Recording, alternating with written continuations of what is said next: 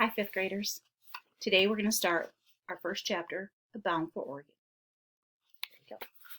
Chapter 1. Lavina, are you awake? I whispered. Silvery light from the full harvest moon streamed in through the curtains. My sister Lavina was curled up next to me in the bed we shared, a small, still lump beneath the covers. It wasn't she who had awakened me. Was it the bright moonlight? Then I heard voices through the thin floor below. They were talking about Oregon again.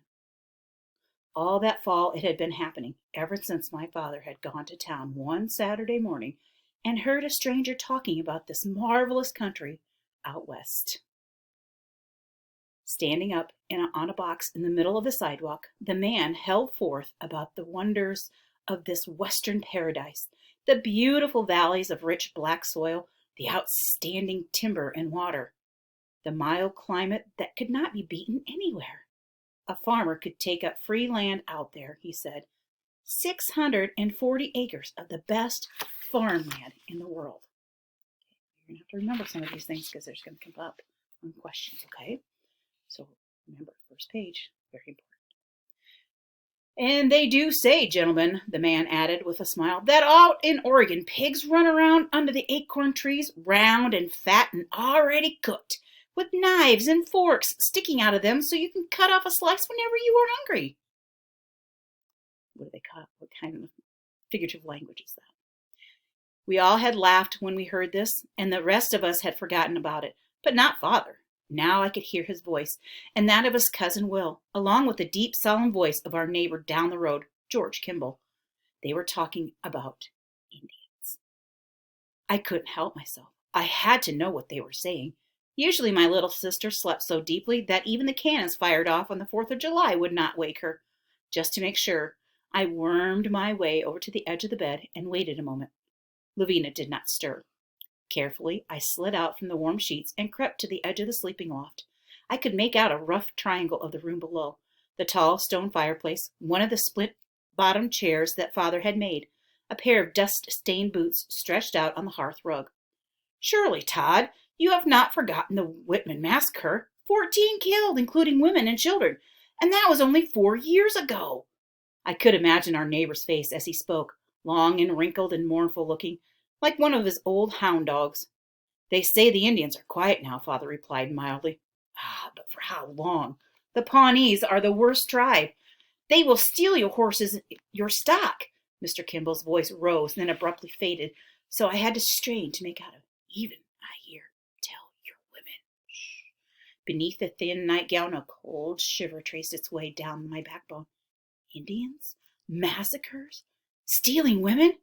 How could Father even think about making such a dangerous journey? And why would he want to move again, I wondered. It had been less than 2 years since we had packed up everything we owned into a wagon and made our way from Indiana to Arkansas. Back then, it was the ague that made us move. I could still remember that sickness, with its awful chills and fever, as if I had had it just yesterday. First, our bones would start to ache. Then we would grow so cold that we had to go to bed. We would lie there shivering and shaking so hard that our teeth chattered, and even the slats on the bed rattled. The next minute we would be burning up with fever. After a few days the sickness would go away, but then it would come back. Lavina and I swallowed so much bitter quinine, the taste was always in our mouth. Our relatives in Arkansas wrote to Father that they did not have the ague there, so finally he decided to make the move, and none of us had been sick hardly a day since. The journey can take 6 months or more, Cousin Will joined in now, his thin voice filled with doubt. Across endless plains and over the most difficult mountain ranges. It will wear out your animals.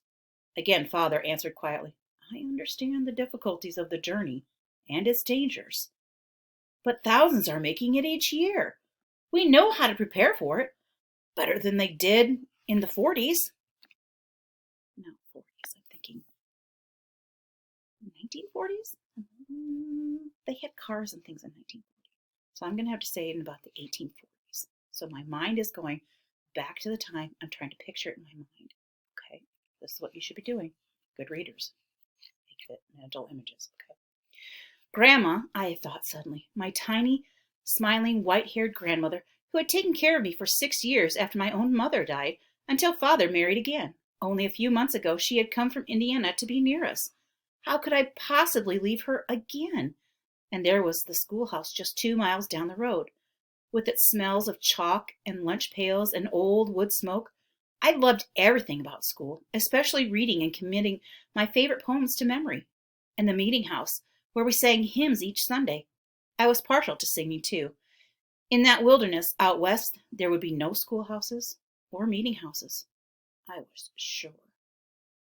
Out on the plains, pronounced George Kimball in his low, sorrowful way, the storms are terrible. Thunder and lightning like you have never seen. Hailstones as big as hen's eggs. And if you don't cross the mountains before the snow begins, blizzards would get you. You remember what happened to the Donner Party. I had overheard Father and Mother once talking about the unlucky travelers trapped without food in the snowy mountains. They had stopped when they saw me, but from Mother's hushed voice and Father's slowly shaking head, I knew that whatever had happened to the Donner Party was dreadful. Father was silent. Surely, I thought, this meant that he was reconsidering? He would not really put his family through hardships like these. Straining to catch a glimpse of his face, I leaned over. Mary Ellen, what are you doing out of bed? It was Mother's face instead, surprised and stern at the foot of the ladder, with her skin as white as china and her pale hair pulled back from her face. She looked ghostly in the dim light. I knew it was useless trying to explain. Mother had her rules, and she didn't take kindly to anyone breaking them. Back to bed, she ordered, frowning. Quickly now. Yes, ma'am, I whispered, and quick and quiet as a rabbit, I crept back into bed. In the morning, it seemed to me I must have been dreaming. The sun shone through the curtains and onto the quilt that Grandma had made for me, creamy white with a sprinkling of deep blue stars. The smell of apples and crisp fall leaves was in the air. Next to me, Lavina still slept peacefully, looking as if she had not stirred all night long. From downstairs, I could hear my baby sister, Cynthia, laughing. Stretching, I looked up at the tiny black spider spinning a web in the chink between the logs in the corner. All that talk about Indians and snowstorms couldn't be real, I thought. This was real. Our snug log house. The barn out back where Father had his pottery wheel, Mother's flower garden, and Grandma, her smiles and hugs. Just down the road. There could be no better place to live than this. The spider, busy at its work, reminded me that it was time for our morning chores. Lavina, I touched her with my bare foot, and immediately her brown eyes fluttered open. It always amazed me how my sister could go from sound asleep to wide awake in an instant. And she woke every morning with a smile. Maybe if we finish our chores early, Mother will have time to work on our dresses, I told her. Mother was sewing new Sunday dresses for us out of the soft wool she spun and wove herself. Oh, do you think so? Lavina beamed, and we both jumped quickly out of bed. Saturday mornings were always a busy time. Mother insisted that the cabin be just so for the Sabbath. A few hours later, we were nearly finished with all the cleaning and scouring and churning and baking. Mother was just crimping the crust of an apple pie when Lavina watched the baby. I had only to take out the ashes swept up from the hearth, and I would be free for a little while. Stepping out the back door, I emptied the ashes into the ash hopper.